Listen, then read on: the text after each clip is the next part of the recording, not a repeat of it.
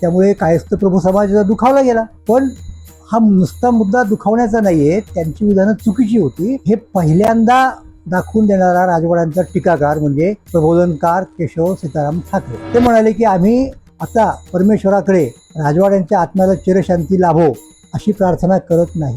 का करत नाही? आम्ही अशी प्रार्थना करतो की राजवाड्यांचा लवकरात लवकर महाराष्ट्रात पुनर्जन्म हो. का तर मग त्यांचं काम तेच पूर्ण करू शकतील की जे एरवी 100 वर्षातून एखादा पुरुष जन्माला येतो आणि करतो. एवढा राजवाड्यांच्या बद्दलचा अत्यंतिक आदरभाव हा ठाकरे व्यक्त करतात. तीच गोष्ट शेजवळकरांची आहे, तीच गोष्ट विक्रमजी शिंदेची आहे. रामदासांचं असं उदात्तीकरण परस्पर होतंय हे नको थोडंच होतं ना, हवंच होतं ते सुद्धा. त्यामुळे त्यांनी ते स्वीकारलं आणि ते राजवाड्यांच्या सुरात सूर मिळवायला लागले. आता राजवाड्यांना जे शोभायचं ते यांना शोभत नव्हतं, लक्षात घ्या. मग याचा अर्थ कदाचित असा घ्यायचा का की खरोखर रामदासांनी ही मंडळी जी म्हणतात राजवाडे वगैरे उत्तरकालीन मंडळी नव रामदासी म्हणतात त्यांना आपण, त्यांनी रामदासांच्या कार्याची अतिशयोक्ती केली त्यांना हवी त्या प्रकारची, असा निष्कर्ष निघेल का? आता समर्थ शिष्यांच्या निवडीबाबत किती काटेकोर होते, किती कसोट्या पाहिजे. शिवाजीरायांना सुद्धा त्यांनी कसोटीला लावल्याशिवाय पाहिलं नाही. त्यांना विचारलं तुम्ही दासबोधाची किती पारायण केली, त्यांच्या चरित्रात आहे रामदासांच्या शिष्यांनी लिहिलेल्या. ते कडक कडक शिस्तीचे रामदास स्वामी हे असं कसं करतील? शिष्यांना काहीच सांगणार नाहीत, मार्ग त्याच्याकडून करून घेणार नाही.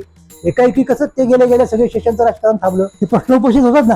राजवाड्यांनी जे चरित्र लिहिलं बरंचसं आपली कल्पनाशक्ती वापरून तशाच पद्धतीनं त्याच मेथडनी समर्थांचं चरित्र लिहिलं पाहिजे असं या सांप्रदायिकांना नव संप्रदायिकांना वाटलं आधुनिक काळातल्या. परंतु ते लिहिताना अडचणी येतात, कारण तशा प्रकारचे उल्लेख तशा प्रकारचं स्पष्टीकरण हे सांप्रदायिक ग्रंथात या चरित्र ग्रंथात उपलब्ध सापडत नाही. ही त्यांची अडचण आहे ना. समर्थ नेमके काय म्हणत होते, त्यांची खरोखर पारमार्थिक उंची किती आहे हे लोकांच्या पुढे प्रकर्षण आलं असतं ना, तर ते बाजूला राहिलं. आणि उलट हे जे उद्योग करत बसले राजवाड्यांच्या नादी लागून त्यानं त्यांच्या संप्रदायाची सुद्धा हानी झाली आणि समर्थांच्या चरित्रावरती नको ते आक्षेप येण्याची संधी जातीय पद्धतीने विचार करणाऱ्या लोकांना मिळाली.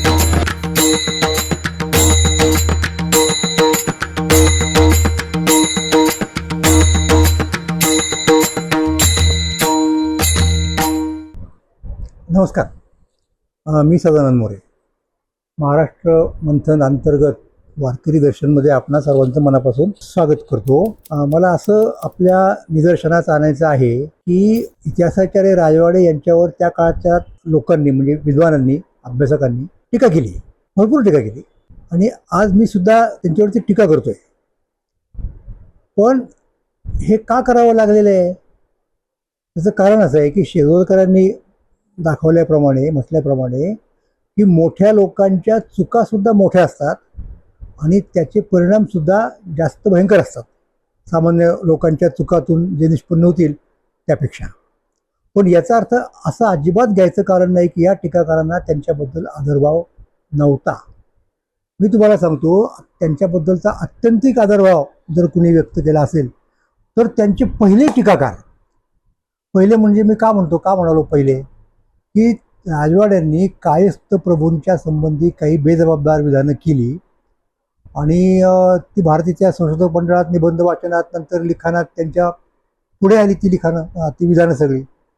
त्यामुळे कायस्थ प्रभू समाज दुखावला गेला. पण हा नुसता मुद्दा दुखावण्याचा नाहीये, त्यांची विधानं चुकीची होती हे पहिल्यांदा दाखवून देणारा राजवाड्यांचा टीकाकार म्हणजे प्रबोधनकार केशव सीताराम ठाकरे. त्यांनी कोदंडाचा टणत्कार अर्थात भारत इतिहास संशोधक मंडळाला पहिली सलामी हे पुस्तक लिहिलं त्यांनी आणि ते खूप गाजलं त्या काळामध्ये. आता इतके जर ते कठोर टीकाकार होते ठाकरे, त्याचा अर्थ असं नाही की त्यांना राजवाड्यांच्या कार्याचा परिचय नाही, माहिती नाही, समजलं नाही किंवा त्याची काही तमा नाही, असं अजिबात नाही, त्याची कदर नाही असं अजिबात नाही. राजवाडे जेव्हा गेले तेव्हा प्रबोधनकारांनी जो लेख लिहिला तो फार महत्त्वाचा आहे. त्याच्यात त्यांनी एक गोष्ट अशी सांगितली की जर राजवाडे जर नसते तर आज जी इतिहास संशोधनाची आत्ता महाराष्ट्रात परिस्थिती आहे ती निर्माण व्हायला आणखी 100 वर्ष लागली असती. एवढं राजवाड्यांचं काम आहे हे त्यांनी त्यांच्या पद्धतीने सांगितलं आणि ते खरं आहे. त्याचबरोबर त्यांनी आणखीन एक विधान केलं ते फार इंटरेस्टिंग आहे. ते म्हणाले की आम्ही आता परमेश्वराकडे राजवाड्यांच्या आत्म्याला चिरशांती लाभो अशी प्रार्थना करत नाही. का करत नाही? आम्ही अशी प्रार्थना करतो की राजवाड्यांचा लवकरात लवकर महाराष्ट्रात पुनर्जन्म हो. का तर मग त्यांचं काम तेच पूर्ण करू शकतील की जे एरवी 100 वर्षातून एखादा पुरुष जन्माला येतो आणि करतो. एवढा राजवाड्यांच्या बद्दलचा अत्यंतिक आदरभाव हा ठाकरे व्यक्त करतात. तीच गोष्ट शेजवळकरांची आहे, तीच गोष्ट विक्रमजी शिंदेची आहे. आणि मलाही ते मान्य आहे. लक्षात घ्या, राजवाडे जर वजा केले महाराष्ट्राच्या इतिहास लेखनातून तर फार मोठी पोकळी निर्माण होईल. पण हे करताना त्यांचं ते एवढं जबरदस्त इम्प्रेशन लोकांच्यावरती होतं की त्यांचं म्हणणं खरंच वाटायचं. ज्या पद्धतीने ते, ज्या हिरिरीने, त्या जोरकसपणाने ते मांडणी करायचे ना, त्यामुळं त्यांचे सगळे लोक प्रतिस्पर्धी म्हणता येईल किंवा प्रतिवादी म्हणता येईल, ते सगळे हपकून जायचे. हा तो मुद्दा होता, म्हणून ती टीकाही करावी लागते हे मला पहिल्यांदा सांगायचं. आता आपला मुद्दा कोणता होता की समर्थांचा विचार एकट्याने करता येत नाही, समर्थांच्या संप्रदायाच्या बरोबरीने करावा लागतो. आता हा विचार जेव्हा तुम्ही करायला लागता तेव्हा राजवाडे तो करतच नाहीत. तुम्हाला त्यातली एक गंमत सांगतो, करतच नाहीत. ते टाळतात तो विचार करणं. ते त्यांच्या पद्धतीने समर्थांची मांडणी करतात. आणि मग सांप्रदायिकांना सुद्धा, म्हणजे त्यावेळेच्या सांप्रदायिकांना बरं का, 20व्या शतकाच्या सुरुवातीच्या काळातल्या सांप्रदायिकांना, ज्याच्यामध्ये सगळे शंकरराव देव वगैरे सगळी मंडळी आली, त्यांना रामदासांचं असं उदात्तीकरण परस्पर होतंय हे नको थोडंच होतं ना, हवंच होतं ते सुद्धा. त्यामुळे त्यांनी ते स्वीकारलं आणि ते राजवाड्यांच्या सुरात सूर मिळवायला लागले. आता राजवाड्यांना जे शोभायचं ते यांना शोभत नव्हतं. लक्षात घ्या, ते पेलणं फार अवघड आहे अहो. हा फरक त्यांच्या लक्षात नाही आला. त्यांना वाटलं वा रामदासांची अशा पद्धतीने उंची वाढती, किती चांगली गोष्ट आहे. ही त्यांची एक गफलत झाली. त्यांनीच राजवाड्यांना खरं थांबायला ब्रेक मारला पाहिजे होता, त्यांनी तो मारला नाही. पण कधी कधी त्यांच्या लक्षात हे मुद्दे यायचे. कधी जेव्हा ते समर्थांना बाजूला ठेवून समर्थांच्या संप्रदायाचा विचार करायचे तेव्हा. त्यातलं एक उदाहरण मी आपल्या पुढे ठेवणार आहे आणि ते उदाहरण आहे रा. शी. सहस्त्रबुद्धे यांचं एक पुस्तक आहे. रा. शी. सहस्त्रबुद्धे एक केसरीचे उपसंपादक होते आणि त्यांनी काय केलं, कल्याण स्वामींचं चरित्र लिहिलं. तर कल्याण स्वामी म्हणजे समर्थांचे पट्ट शिष्य. सगळ्यांना त्यांच्याबद्दल आदर आहे, म्हणजे अर्थात देवांना असणार सगळ्याच सांप्रदायिकांना. जास्तीत जास्त सहवास, जास्तीत जास्त सेवा कोणाला करता आली, कोणाला लाभला सहवास समर्थांचा, तर तो कल्याणांना. तर त्या कल्याणांचं चरित्र लिहायची गरज यांना वाटली सहस्त्रबुद्धांना आणि त्यांनी लिहिलं. तर त्याची प्रस्तावना, त्या प्रस्तावनेत ते काय म्हणतात ते पहा बरं का.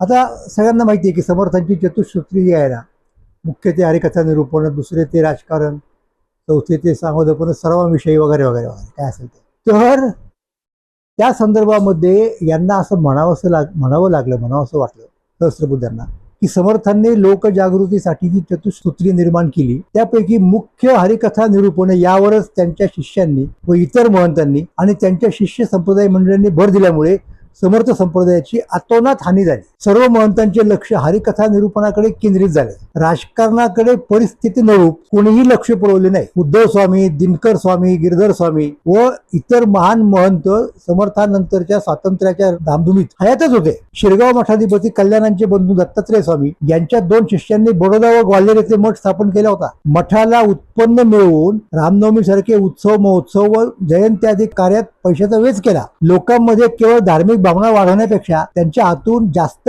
काही एक नंतर झाले नाही. खुद्द चाफळ संस्थांचा इतिहास चालला तर समर्थानंतर कोणत्याही महंतांनी राजकीय स्थितीने आळून मार्गदर्शन केले नसल्याचे आपणास आढळून येईल.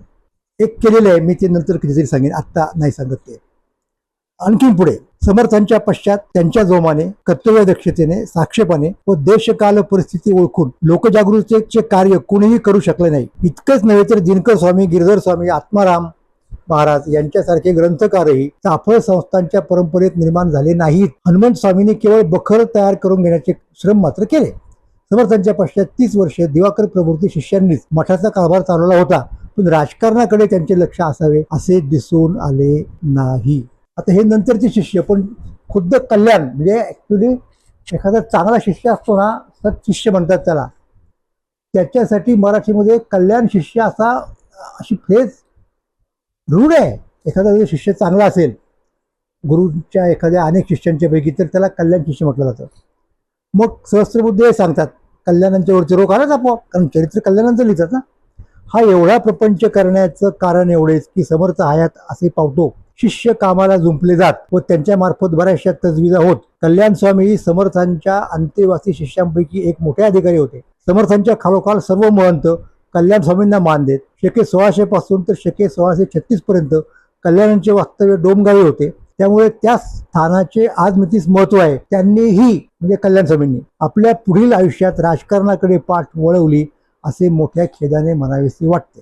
पुढे समर्थांच्या पश्चात केवळ 2 वर्षांनी सज्जनगड व चाफळ येथील कारभाराबद्दल महंतांमध्ये जी कुरबुर झाली, म्हणजे उद्धव आणि दिवाकर या दोघांच्या मध्ये इन पर्टिक्युलर, तिकडे कल्याणांनी मात्र लक्ष दिले या कुरबुरीकडे. समर्थ शिष्य अक्काबाईंनी घराचा कारभार साक्षेपाने 40 वर्ष अव्याहत चालवला. अत्यंत निग्रहाने व निस्पृहतेने त्यांनी तो कारभार केला हे भूषणास्पद होय. कल्याण स्वामी यांनी राजकारणाकडे कानाडोळा केला तरी त्यांचे महत्व कमी करण्याचे कारण नाही वगैरे वगैरे हे सांगायलाच पाहिजे आणि ते त्यांनी सांगितलं. पण मुद्दा काय आहे माहिती आहे का? इथे मुद्दा हाच आहे की तुम्ही समजता त्याप्रमाणे जर समर्थांनी इतकं इतकं इतकं राजकारण सांगितलं असेल, इतकं इतकं इतकं राजकारण केलं असेल, तर त्यातल्या 50 पट तरी कमीत कमी निम्म, राहिलं 40%, 90%, राहिलं 30, राहिलं 25, राहिलं 20, 15, 10 दिसतं का त्यांच्या पुढच्या सांप्रदायिक शिष्यांमध्ये कुठे केलेलं? नाही दिसत. लक्षात घ्या, नाही दिसत. मग याचा अर्थ कदाचित असा घ्यायचा का की खरोखर रामदासांनी ही मंडळी जी म्हणतात राजवाडे वगैरे उत्तरकालीन मंडळी, नव रामदासी म्हणतात त्यांना आपण, त्यांनी आज रामदासांच्या कार्याची अतिशयोक्ती केली त्यांना हवी त्या प्रकारची, असा निष्कर्ष निघेल का हे आपल्याला पाहायला पाहिजे.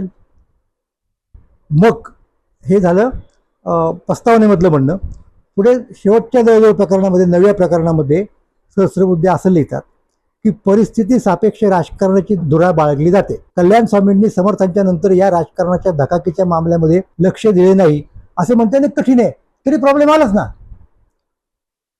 काही पुरावा तर मिळत नाही ना, नोंद मिळत नाही काही केल्याचं, मठातून पण नाही, शिष्य संप्रदायामध्ये पण नाही, आणि बाहेरचे जे लोक प्रत्यक्ष राजकारण करतात म्हणजे राजाराम महाराज असतील, संभाजीराजे असतील, आणखीन कुणीच्या पुढच्या काळात ताराबाई, शाहू महाराज, या काळात किंवा पेशवाईच्या काळात असं काही दिसतंय का कुठे?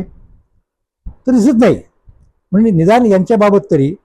मग आता हे काय म्हणतात की असं कसं म्हणता येईल, कल्याणांना एवढा सहवास मिळाला रामदासांचा, म्हणजे कल्याण म्हणतील ते रामदासांचं म्हणणं असं नंतरचे शिष्य मानत राहिले, असं असताना असं कसं होईल कल्याणाने ते केलं नाही म्हणून? त्यावर का आता कशी गंमत येते. हे अनुपलब्धी प्रमाण वगैरे ज्याला म्हणतो ना आपण, मीमांसकांनी डेव्हलप केलेलं की जे मिळत नाही ते असलं पाहिजे असा अनुमान करायचं. हे एक महत्त्वाचं प्रमाण आहे. 6 प्रमाणं मानतात पूर्वमीमांसक, त्याच्यामध्ये हे प्रमाण महत्त्वाचं मानलं जातं. तर अशा प्रकारच्या प्रमाणाचा उपयोग इतिहासामध्ये किती होईल, कितपत होईल, मला असं नाही करता येणार. मग उलट त्याच्याही पुढे जाऊन काही लोक काय करतात माहिती आहे का, की असं काहीतरी सांगतात नसणारं ते असलं पाहिजे आणि शोधाची जबाबदारी तुम्हीच घ्या असंही सांगतात.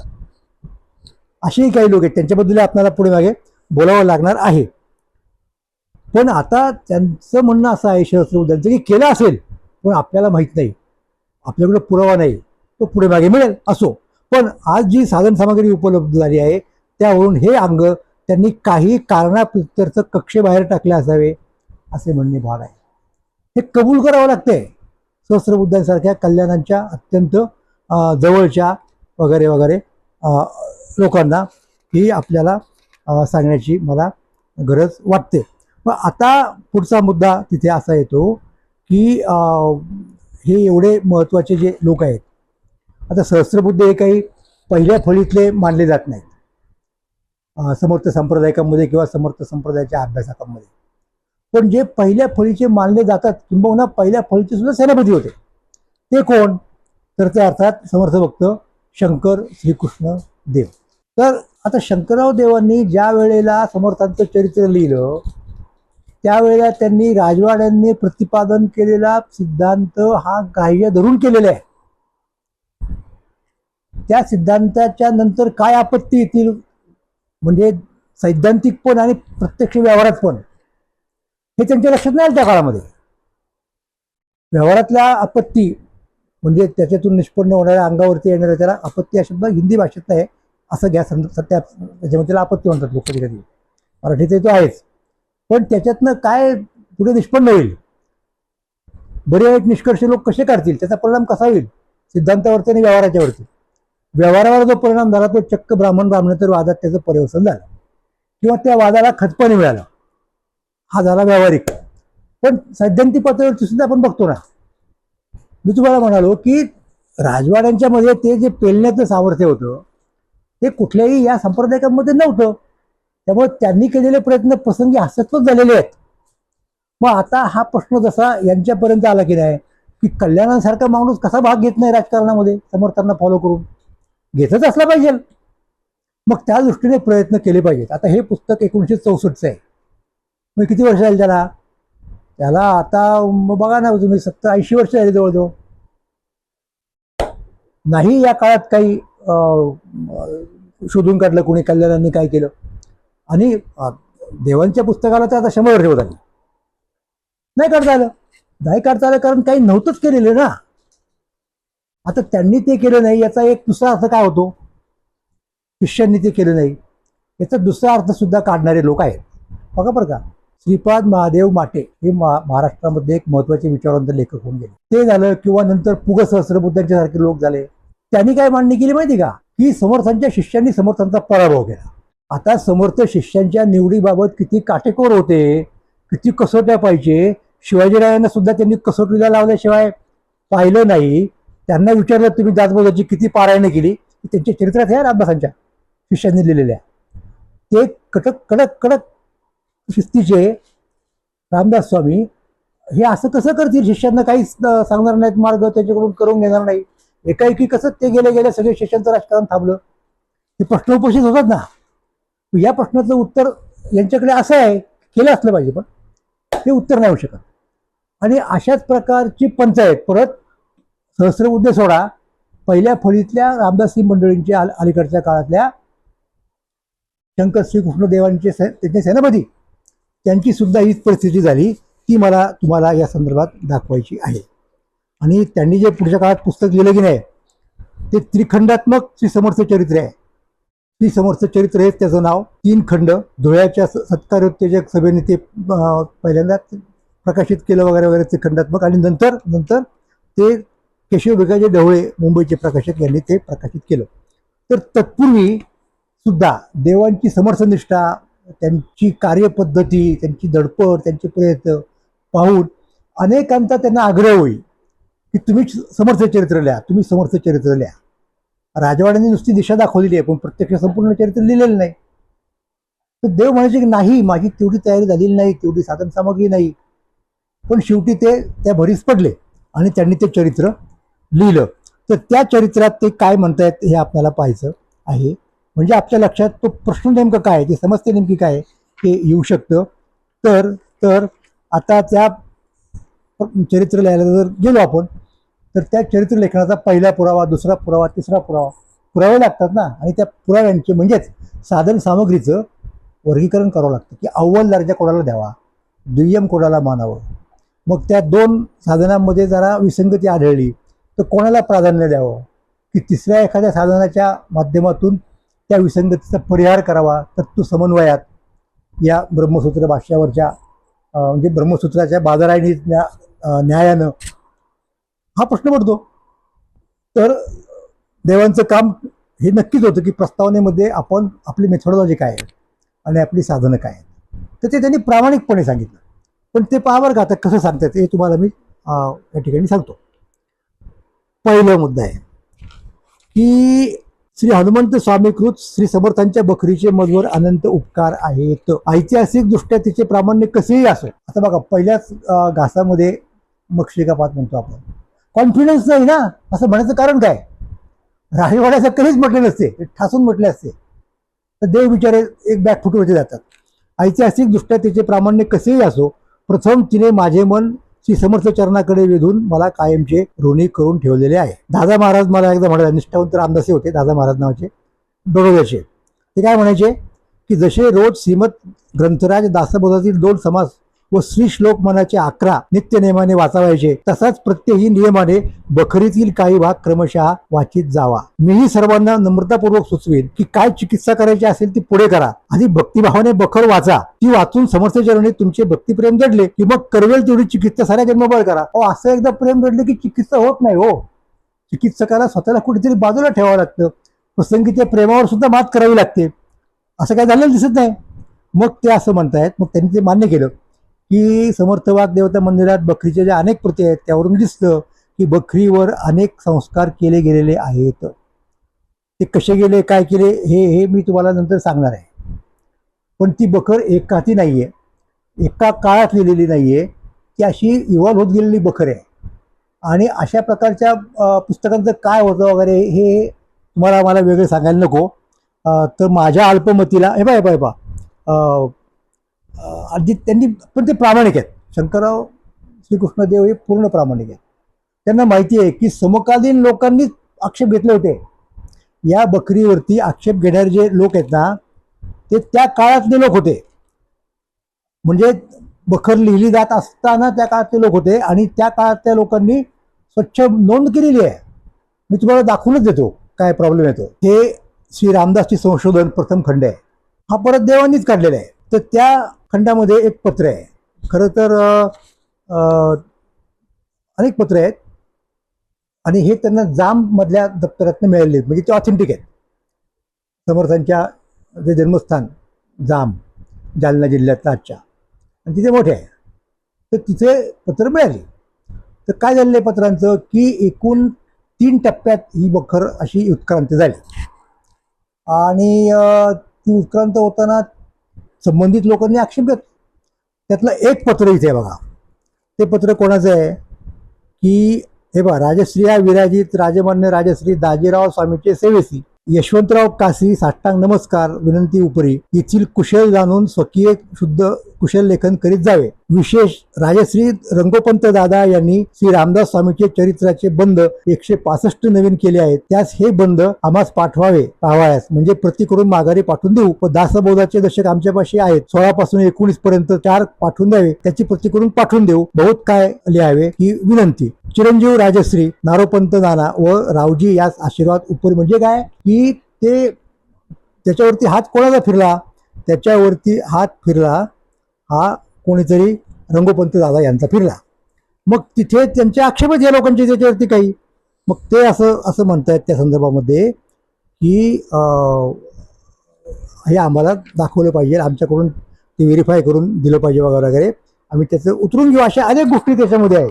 तर सांगायचा मुद्दा असा की याच्यावरून स्पष्ट होतं की देवांनाही मान्य आहे की वेगवेगळ्या टप्प्यांमध्ये त्याचं लेखन झालं आणि त्याच्यात काही टप्प्यांमध्ये काही लोकांनी त्याच्यावरती आक्षेप घेतलेले होते. हा तो महत्त्वाचा मुद्दा मला आपल्या निदर्शनाला आणायचा आहे. पण ते काही का असेना. आता मग हे करताना त्यांना देवांना परत एकदा बकरींचं महत्त्व सांगावं लागलं. कारण राजवाडे दुसरीकडे काय म्हणतात माहिती का, की समकालीन अस्सल कागदाचं चिटोरं सुद्धा अख्ख्या बकरीच्या पेक्षा भारी असतं. तर यांना भाग पडलं ना देवांना. बघा, म्हणजे तो देवांचा एक भावडेपणा, एक नायव्हिटी म्हणतो आपण त्याला, ती आपल्याला दिसते. ते काय म्हणतात माहिती का, की ऐतिहासिक पुराव्यात बकरींपेक्षा कागदपत्रांचे महत्त्व विशेष होय. हे प्रतिपादन मला सर्वस्वी मान्य करवत नाही. आता भक्तिप्रेम बसलं ना, ते कसं मान्य करणार. आज जगात सर्वत्र चाललेले राजकारण आपण पाहतोच आहोत. तसेच त्याचे स्वरूप पूर्वकाळातही असले पाहिजे. राजकारण सर्व काळी सारखे असतात. राजकीय धोरणामुळे कागदपत्रातील मजकूर खराच असतो असे आजचे राजकारण पाहून आपणास खात्रीने म्हणता येईल काय. तीच कथा सर्व काळच्या राजकारणी कागदांची. ते काही असो, मला स्वतःला कागदपत्रांच्या इतक्यात बकरीही महत्वाच्या वाटतात. मग हनुमान स्वामीच्या बकरीची गोडी आमच्या भाषेत कधीही येणे शक्य नाही. परत भाषेची स्तुती करतात ते, किती भारी भाषा आहे वगैरे वगैरे. तात्पर्य, हनुमंत स्वामीकृत बकरीला माझे शतशः प्रणाम आहेत. तिची भाषा फार मोहक आहे. समर्थ कार्यात माझा जन्म तिच्या पोटी झाला याचा मला कधीही विसर पडत नाही. मी तिला माझी आई मानतो. आईच्या कुशीत निसताना बालकाला जो निरतिशय आनंद होत असतो तसा अनुभव मला बखर वाचताना येत असतो. असं राजवाडे कधीच नाही म्हणणार. हा फरक आहे. म्हणून म्हटलं की राजवाड्यांच्या नादी लागून सांप्रदायिकांनी आपल्याला पेलणार नाहीची जबाबदारी घेतली आणि त्यातनं काय काय निष्पन्न झालं ते आपल्याला ठाऊक आहे किंवा ठाऊक करून घेऊयात. नंतर पुढची 2 चरित्रे आहेत. तंजावर मठपती भीमस्वामी यांनी लिहिलेली आणि दुसरे एक भीमस्वामी होते त्यांनी लिहिलेली. त्यांचा आधार आपण यापूर्वी घेतलेला आहे आणि ती सुद्धा परत देवांनीच प्रकाशित केली. हा तो मुद्दा आहेच.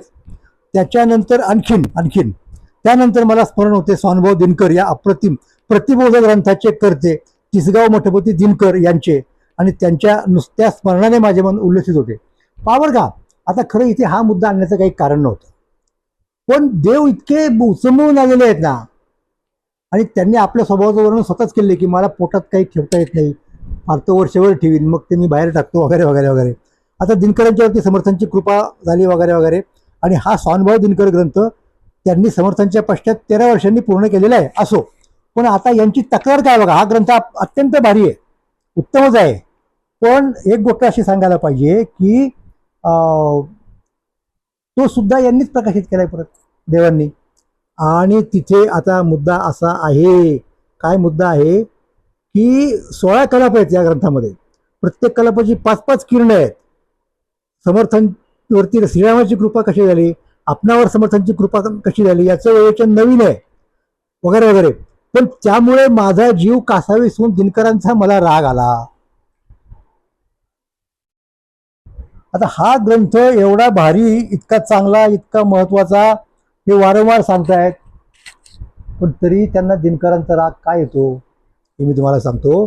त्यांचं असं म्हणणं आहे, हेपा श्री समर्थ भक्तांच्या जीवाचे सार्थक करण्यास श्रीमद ग्रंथराज दासबोध हा एकटा ग्रंथ समर्थ आहे. दिनकरांनी प्रति दासबोध ग्रंथ निर्माण करण्याच्या ऐवजी त्या ग्रंथा एवढे मोठे श्री समर्थ चरित्रच लिहिले असते तर आम्हा सांप्रदायिकांना ब्रह्मानंद झाला असता. बरं, आता हा मुद्दा आहे, त्यांनी ते काय लिहिलेलं नाही, तर यांच्या अपेक्षा किती आहेत बघा ना.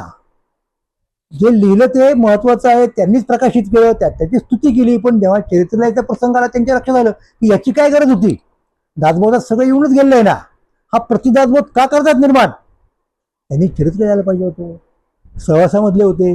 आता असो, हे झालं. पुढचा मुद्दा येतो. मग पुढे काय माहिती का, की समर्थ प्रताप गिरीधर स्वामींचा, त्या गिरीधरांना सुद्धा समर्थांचा सहवास लाभला होता. आता ते काय म्हणतात परत त्या चरित्राबद्दल की या ग्रंथाची योग्यता फार मोठी आहे, मग सर्व मिळून ओळी संख्या 1332 आहे, तरीही मला हे चरित्र तोटक वाटते. 1332 ऐवजी 13,032 ओळ्यात त्यांनी श्री समर्थ चरित्र वर्णावयास पाहिजे होते. आता काय करायचं, म्हणजे मुद्दा असा आहे, किंबहुना आणखीन पुढे जाऊन ते सांगतायत की दिनकर, गिरीधर, मेरू ही केवढाली थोर व्युत्पन्न साक्षात्कारी माणसं आहे, तरी पण त्यांनी माया ब्रह्म निरूपणाचे कार्य श्रीमद ग्रंथराज दासबोधावर सोपवून स्वतः श्री समर्थांचे चरित्रच विस्तृत लिहून ठेवायला पाहिजे होते, असेच मला वाटते. आणि सगळ्यात मुद्दा जो आहे ना तो महत्वाचा, की ज्या कल्याण स्वामींच्या संदर्भात सुद्धा या सहस्त्रबुद्धांनी स्पेअर नाही केलं, त्यांना तिथपर्यंत जाणं यांना भाग पडलं. बात निकली आहे तो प्रश्न येतो ना, तर ते जाणारच कुठपर्यंत तरी. तर तिथे ते म्हणतात पावर का, म्हणजे मला कधी कधी देवांची सहानुभूती वाटतं त्यांच्याबद्दल. आणि कल्याण महाराज हे तुम्ही काय केलं, अशी भाषा या प्रकारच्या ग्रंथात नसते हो विद्वान लोकांची. म्हणून राजवाड्यांचे कपडे, राजवाड्यांचा शर्ट या लोकांना फार मोठा झाला, फार ढगळ झाला, आणि वावरताना मग त्यांना त्या घोळात पडतील की काय बे, पाय वगैरे अडकून, अशी परिस्थिती निर्माण झाली. तर कल्याण महाराज तुम्ही हे काय केलेत, श्री समर्थपर 10-20 पदांनी आमची तृप्ती होईल असे तुम्हाला वाटले काय, तुम्ही एकट्याने श्री समर्थ चरित्र लिहून ते आमच्या हवाले केले असते तर आम्हा इतरांच्या वरती रागवण्याचे कारण काय. अशा पद्धतीने रामदास समर्थांचं चरित्र ज्यांनी लिहिलं त्यांच्याबद्दल तर ते लिहितातच की ते अपुरं आहे, आणि ज्यांनी नाही लिहिलं त्यांच्याबद्दल सुद्धा तक्रार आहे, प्रेमाची असेल, रागाची असेल, लोभाची असेल, पण हा मुद्दा आहे. मग तसंच पुढे उद्धव सुतकृत चरित्र आहे, मग भीमस्वामीकृत भक्तलीलामृत ते चरित्र आहे, आणखीन 2 मागाशी मी उल्लेख केला त्यांचा पण आहे. तर हे झाल्यानंतर शेवटचा मुद्दा येतो, आणि त्याचा उल्लेख करून मग आपण त्याचा विस्तार पुढे करणारच आहोत.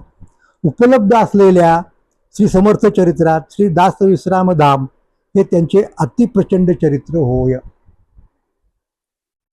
हे चरित्र स्वतः देवांनी 4 भागात प्रकाशित केलेले आहे. Hats off. एखादा माणूस एखाद्या गोष्टीला वाहून घेतो, त्या कार्याला झोकून देतो, तेव्हा काय होतं याचं जर तुम्हाला उदाहरण पाहायचं असेल तर इकडे राजवाडे आहेत. आणि तिकडे शंकर श्रीकृष्णदेव समर्थ भक्त आहेत. तर ते आता दासविश्राम धाम ज्यांनी लिहिलं आत्माराम स्वामी, ते कसे आहेत तर त्यांचं महत्त्व काय बघा. ते कल्याण स्वामींच्या परंपरेत येते. म्हणजे कसं, श्री समर्थ, त्यांचे शिष्य कल्याण, त्यांचे शिवराम, त्यांचे रामचंद्र आणि रामचंद्र पंतांचे शिष्य आत्माराम, ही त्यांची परंपरा. वास्तविक एवढे मोठे समर्थ चरित्र स्वतः कल्याणानेच लिहायला पाहिजे, म्हणजे परत मूळ पदावरती आले बरं का. म्हणजे ते आम्ही डोक्यावर घेऊन खरोखर नाचलो असतो. कल्याणांना जितका श्री समर्थांचा सहवास लाभला होता तितका कोणाचाही लाभला नव्हता. शिवाय असे की श्री समर्थांना व खुद्द त्यांचे चरित्र विचारण्याचे धैर्य दुसऱ्या कोणालाच होत नसे, ते कल्याणांना होई. आणि केव्हा केव्हा तर त्यांचे मनोगत जाणून श्री समर्थ स्वतःच कृपाळू होऊन स्वकथा सोयीची सांगती. हे कोठे म्हणजे जसं तिकडे श्री चक्रधर मानभाव संप्रदायामध्ये आणि नागदेवाचार्य यांच्यातला संबंध, तसा इथे तुम्हाला समर्थ रामदास आणि कल्याण स्वामी यांचा दिसतो. तर मग मुद्दा असा आहे की कल्याणांचा परिपाठ असा असे की शिष्यमंडळी भोवताली जमली आणि दुसरे काही काम नसले की त्यांनी श्री समर्थांच्या लीला प्रेमाने सांगत बसावे. त्यांचे प्रमुख शिष्य दोन, एक एक एक अपचंद मठपती शिवराम स्वामी आणि दुसरे जगन्नाथ महाराज. ओके, आता प्रश्न असा आला की कल्याणांच्या तोंडून यांनी दोघांनी समर्थ चरित्र ऐकावे आणि हृदयी साठवावे. त्या दोघांपासून ते पतित पावन चरित्र पुढे रामचंद्र झालं. मग इथपर्यंत मुद्दा असा आहे की कल्याणांनी ते लिहिलं नाहीच, परंतु त्यांच्या तोंडून ज्यांनी ऐकलं त्या लिहिला त्यांनी लिहिलं नाहीये, असा असा असा असा तो मुद्दा आहे. आणि मग ते कसं महत्वाचं आहे वगैरे वगैरे हे ते सगळं सांगायचा प्रयत्न करतात. आणखीनही काही चरित्र आहेत त्यांचीही ते काय म्हणतात त्याला परामर्श घेतात थोडाफार. पण इथे महत्वाचा मुद्दा माझा वेगळाच आहे. तो मुद्दा काय माहिती का, की अशा प्रकारे कल्याण स्वामी असतील किंवा इतर कोणी जे लोक असतील ना, त्यांनी चरित्र लिहायला पाहिजे असं जे म्हणतात देव, ते का म्हणतात, त्यांना का म्हणावं असं वाटलं. आता दासविश्राम धाम हे एवढं मोठं चरित्र आहे तरीही का पाहिजे, त्याचं कारण तुम्हाला सांगतो की राजवाड्यांनी जे चरित्र लिहिलं बरंचसं आपली कल्पनाशक्ती वापरून तशाच पद्धतीनं त्याच मेथडनी समर्थांचं चरित्र लिहिलं पाहिजे असं या सांप्रदायिकांना, नवसंप्रदायिकांना वाटलं आधुनिक काळातल्या. परंतु ते लिहिताना अडचणी येतात, कारण तशा प्रकारचे उल्लेख, तशा प्रकारचं स्पष्टीकरण हे सांप्रदायिक ग्रंथात, या चरित्र ग्रंथात उपलब्ध सापडत नाही. ही त्यांची अडचण आहे ना. म्हणजे राजवाड्यांच्या कल्पनाशक्तीला पुरावे देण्यासाठी जर तुम्ही प्रचलित रामदास चरित्रांकडे वळालात, ती मिळत नाहीत पुरावे. त्या ग्रंथांच्या, त्या चरित्रांच्या विश्वसनीयतेबद्दल, प्रामाणिकपणाबद्दल, म्हणजे ऑथेंटिसिटीबद्दल शंका उपस्थित केल्या जातात. म्हणून हे विशफुल थिंकिंग आहे. आणि देव शेवटी इथपर्यंत येतात की नाही नाही, जसं ते हे सुद्धा आले होते ना सहस्त्रबुद्धे, की लिहिलं असलं पाहिजे. मग काय करायचं, काढा शोधून. एकदा अनुपलब्धीप्रमाणाने एखादी गोष्ट होती असं सिद्ध झालं की मग ते शोधून काढा, त्या दिशेने तुम्ही करा जे काय करायचं ते. म्हणजे आपला सिद्धांत वाचवण्यासाठी सतत वेगवेगळ्या कल्पना लढवीत राहायचं आणि एक तटबंदी उभी करायची त्या सिद्धांताच्या. तसंच आपली साधनं वाचवण्यासाठी, त्यांच्यावरती येणाऱ्या आक्षेपांचं निराकरण करण्यासाठी, त्यांची ऑथेंटिसिटी सिद्ध करण्यासाठी अशा काही कल्पना सतत लढवायच्या, ज्याच्यामध्ये या लोकांनी आपली सगळी बुद्धी खर्च केली. म्हणजे संप्रदायाचं तत्वज्ञान बाजूलाच राहिलं. जे आणखीन त्यांनी चांगलं पुढे मांडलं असतं, समर्थ नेमके काय म्हणत होते, त्यांची खरोखर पारमार्थिक उंची किती आहे हे लोकांच्या पुढे प्रकर्षण आलं असतं ना, तर ते बाजूला राहिलं. आणि उलट हे जे उद्योग करत बसले राजवाड्यांच्या नादी लागून, त्यानं त्यांच्या संप्रदायाची सुद्धा हानी झाली आणि समर्थांच्या चरित्रावरती नको ते आक्षेप घेण्याची संधी जातीय पद्धतीने विचार करणाऱ्या लोकांना मिळाली, हे मला सांगायचं आहे. त्यामुळे इतिहास संशोधकांनी, लेखकांनी अतिशय जागरूक असावं, आपल्या श्रद्धास्थानांबद्दल आदर असावा, पण तो इतक्या टोकाला जाऊ नये की जेणेकरून इतरांना संधी मिळावी टीका करायची. ती या मंडळींनी दिलेली आहे, हे मला आपल्या पुढं सांगायचं आहे. धन्यवाद. छत्रपती शिवाजी महाराजांना राज्य मिळालं, त्यांनी मिळवलं स्वराज्य. ते का मिळालं, कसं मिळवलं त्यांनी, तर या बाबतीत आधुनिकांच्या पेक्षा म्हणजे राजवाडे पूर्व समर्थ सांप्रदायिकांचा दृष्टिकोन असा आहे त्या चरित्रामध्ये जे त्यांनी सांगितले की समर्थ प्रतापामुळं म्हणजे समर्थांच्या सामर्थ्यामुळं समर्थांच्या कृपाप्रसादामुळं खरं तर प्रताप म्हणण्यापेक्षा प्रसाद म्हणूयात आपण ते त्यांना करता आलं. म्हणजे काय केलं त्यांनी त्यासाठी कुठलाही पारंपरिक शिष्य पारंपरिक गुरुच्या संदर्भात जे करतो म्हणजे उदाहरणार्थ दीर्घदंडात नमस्कार घालतो, नंतर चरण पादुका मस्तकी धरतो, नंतर ग्रंथाची गुरुच्या ग्रंथाची म्हणजे त्या दासबोधाची पारायण करतो, आणखीन काय काय करतो, तर ते सगळं शिवाजी महाराजांनी केलं आणि म्हणून समर्थांची त्यांच्यावरती कृपा झाली आणि त्यामुळं त्यांना स्वराज्य स्थापन करता आलं. हा पारंपरिक दृष्टिकोन आहे.